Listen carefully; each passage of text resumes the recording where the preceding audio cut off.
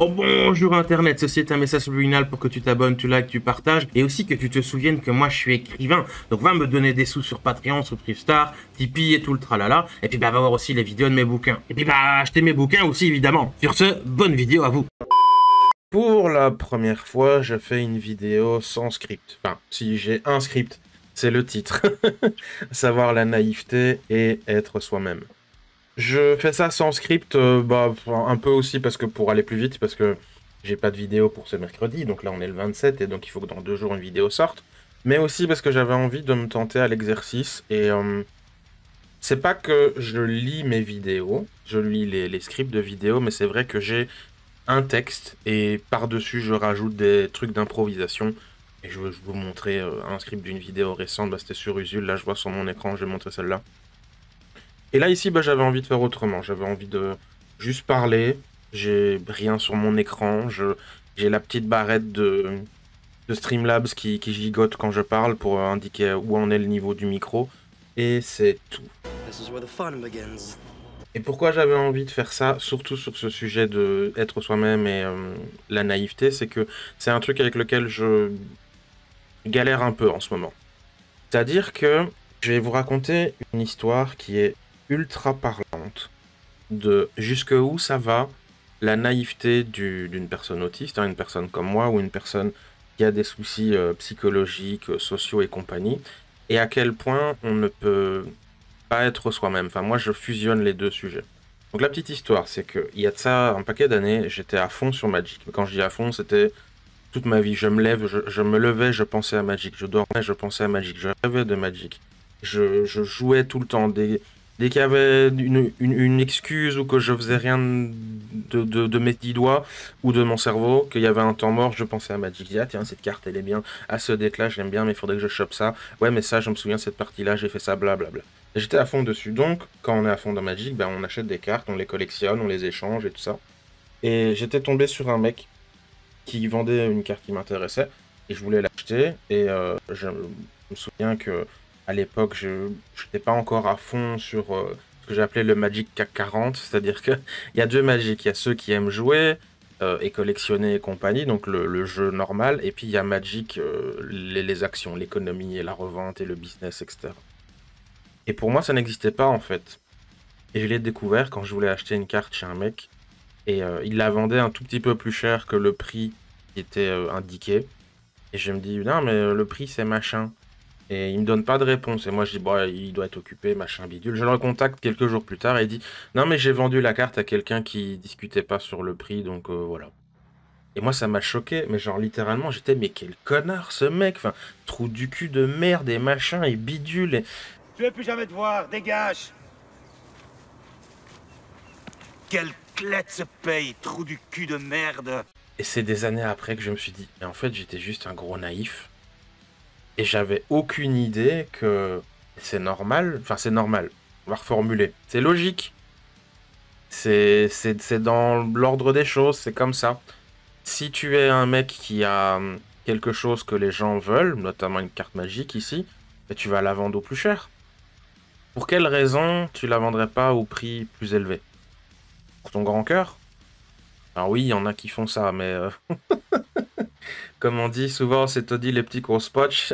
C'est les gentils sont finissent derniers et compagnie. Et c'est pas pour rien que ce proverbe existe. Et donc, j'y suis allé, mais totalement naïf. Pour moi, ça n'était pas, ça ne faisait pas partie de l'équation. Et aujourd'hui, je reviens sur le fil rouge de fusionner la naïveté et être soi-même. Je me rends compte que je ne suis plus naïf pour beaucoup de choses. Bon, il y en a encore, hein, oui. Mais globalement beaucoup moins. Je ne doute pas qu'il y a encore plein de sujets que je suis pas au courant, que je suis gros naïf, mais il y a quand même un paquet de trucs que j'ai appris avec le temps. Donc voilà, on est dans les deux. Et je me dis, mais en fait, je ne peux pas être moi-même, parce que si je suis moi-même, ça va pas plaire. Comme moi qui voulais acheter cette carte magique, moi je la voulais cette carte.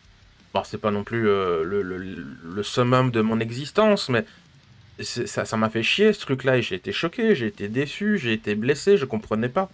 Ça s'est resté avec moi pendant longtemps et je me souviens qu'un copain il disait non mais c'est normal, il veut juste faire du pognon, c'est tout. Et c'est pas parce que quelqu'un veut faire du pognon que c'est un connard. Alors certains oui, mais dans l'absolu non. c'est ni bien ni mal, c'est juste son choix, c'est tout, c'est comme ça. Et aujourd'hui, bah voilà, si je dis ce que je pense, si je fais ce que j'ai envie de faire, de la façon dont j'ai envie de faire, si je me comporte comme j'ai envie de me comporter, de ce qui me vient naturellement, et blablabli et blablablou, ben ça va pas. Que ce soit le classique, les opinions avec le wokisme et tout le tralala, ou alors juste un truc que je me rends compte souvent, c'est que j'ai énormément besoin d'être assuré pour plein de trucs. Et donc je parle aux gens comme un gamin qui demande à sa maman un câlin et un bisou et dit «Non mais ça va mon petit boutchou, poutou, poutou, poutou, poutou.» Et c'est insupportable, et pour moi et pour les autres. Sauf que c'est mon comportement naturel, alors je dois travailler dessus, évidemment, évidemment. Mais je dois couper ça le plus possible parce que si je ne fais pas attention à ça, bah déjà ça va me faire peut-être perdre des amitiés, des relations, ça va aussi peut-être me faire perdre des opportunités professionnelles parce que je vais pas ça va pas inspirer confiance aux autres en fait. Et donc quand je dis être soi-même, c'est pas je dis pas que c'est une bonne chose de d'avoir son propre comportement. Genre, moi, ici, le comportement que j'ai d'être toujours besoin d'être assuré, c'est pas sain. C'est pas sain. Et je vous déconseille de laisser aller libre cours à ces choses-là. Maintenant, à l'autre côté, bah, quand on a envie d'être sympa, quand on a envie d'être gentil, de rendre service et machin, ou alors de dire quelque chose. Par exemple, un pote vient vous demander un conseil ou un truc et c'est une vérité peut-être un peu dure à entendre et tout ça et vous osez pas trop lui dire, mais pareil, c'est encore ça. Aujourd'hui, on est dans une époque où le paraître est à son paroxysme d'importance. Euh, je le vois vraiment beaucoup, notamment à travers mon boulot, mes bouquins et compagnie. J'en parlais avec un pote. Moi, Alors, probablement que les gens qui sont déçus ne me le disent pas. Évidemment, évidemment. Mais les avis sur mes romans sont dithyrambiques et j'ai de plus en plus de gens qui viennent prendre la suite. C'est même à ma dernière convention, j'ai presque eu, peut-être pas la moitié, mais 40% de mes achats, enfin des achats que les gens ont fait chez moi, c'était pour avoir la suite. Ou des interactions en général d'ailleurs. Mais c'est pas parce que bah, je réussis ou que ça fonctionne ou machin et bidule que je vais avoir plus de succès. Ça marche pas comme ça. Enfin, ça devrait marcher comme ça, mais en tout cas, ça m'est pas encore arrivé. Il n'y a pas de maison d'édition qui sont venus voir en disant «Eh ben, on voit que ça fonctionne, on serait intéressé de travailler avec toi.» Ou des librairies. Des librairies. Moi, je me souviens, l'une de mes toutes premières conventions ou tout petit salon artistique, machin bidule, il y avait une gonzesse qui avait réussi un financement. Il y a une librairie qui est venue la voir et a acheté genre 50 livres. Et puis il dit «Bah, c'est bon, comme ça, on a le stock.» Moi, il n'y a jamais aucune librairie qui sont venue faire ça. Jamais. Et pourtant, je fonctionne très bien et... Je vais vous faire un dessin.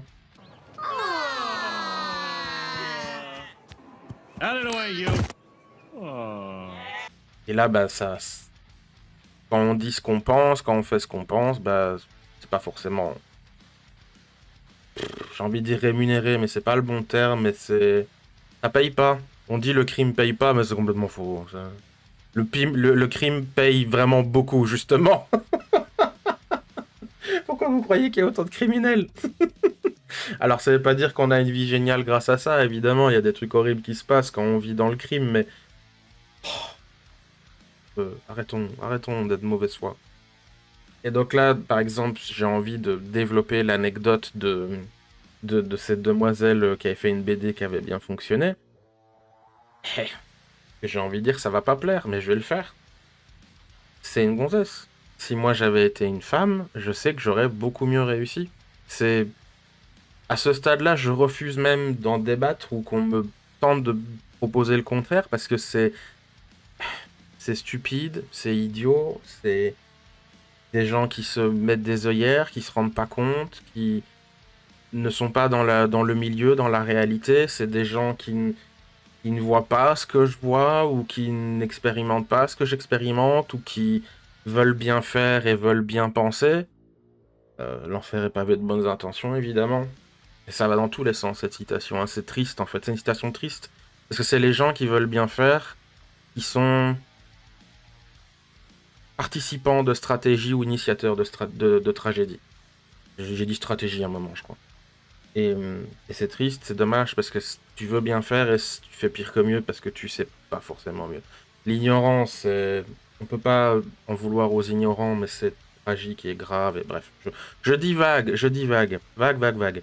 Toutes ces choses-là font que quand on est dans une forme de naïveté, bah déjà c'est compliqué, et quand on apprend de sa naïveté, comme moi avec mes cartes magiques, ben on tombe sur la réalité. Et dans le monde d'aujourd'hui, parler de la réalité, des choses un peu moins cool, ça marche pas. C'est pas bien vu, c'est méchant, c'est vilain, c'est tout ce que vous voulez. C'est comme la radio libre que j'ai fait ici avec Raji. Vu que j'en ai marre en fait de ce truc d'insulter tout le monde, de facho et compagnie, je me suis dit tiens, je vais faire un jeu de mots et je vais mettre radio fachou. Parce qu'on dit souvent ah t'es tout fachouillé pour quelqu'un qui est fâché, et donc j'ai mis fachou qui est aussi un mot qu'on utilise pour fasciste et machin. Et voilà, chez Radio Fachou, on n'est pas fâché ni fachou. Mais je sais que ce titre, il va faire grincer des dents. Il y en a, ils vont pas le comprendre, ou ils vont s'énerver, ou ils vont penser n'importe quoi, et blablabli, et blablablou. Mais moi, ça me fait marrer. J'ai pas le droit de me faire marrer.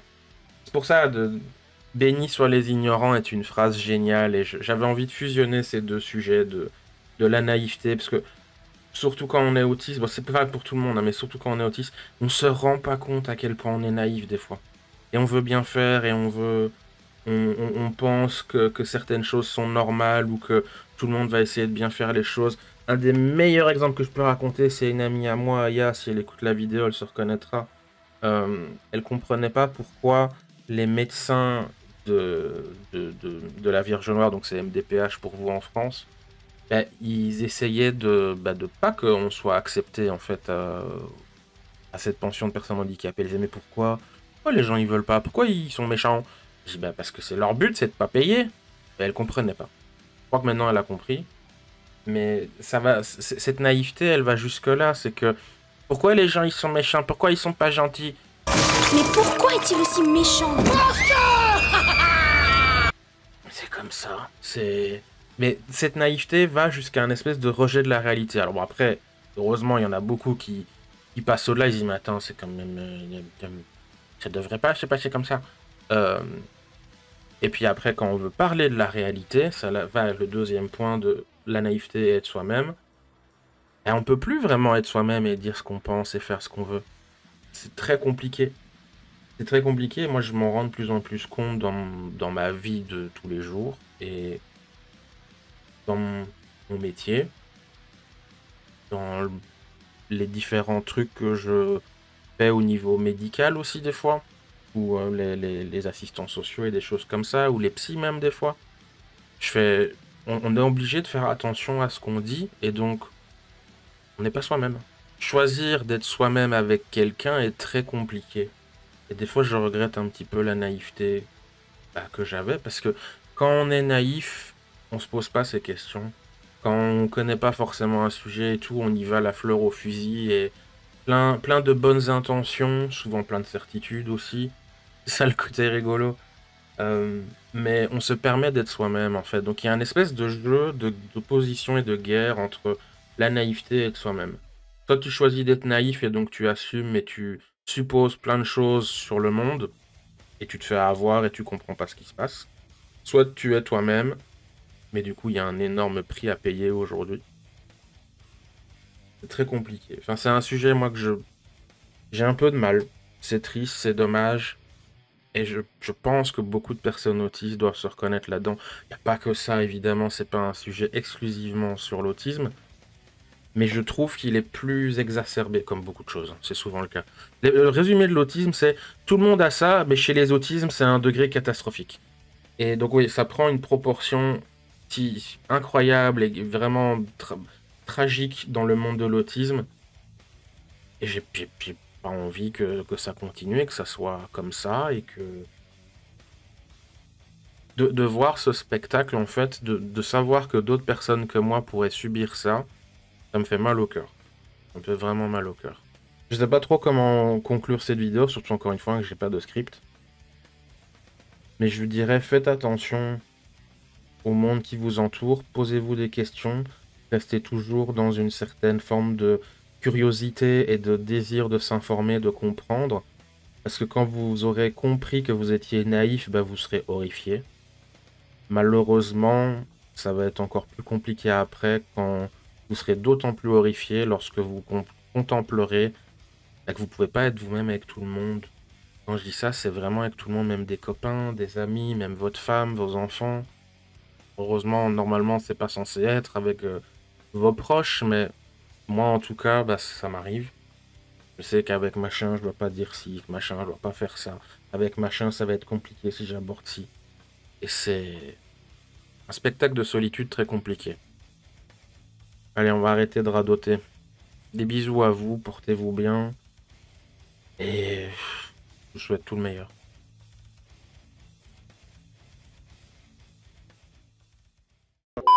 Ah ben la vidéo elle est finie, rejoins-nous sur Discord pour nous dire si t'as aimé, pas aimé, t'es content, pas content, nous faire des câlins ou des grosses baffes, le lien est dans la description. Au revoir internet, gros bisous, à la prochaine.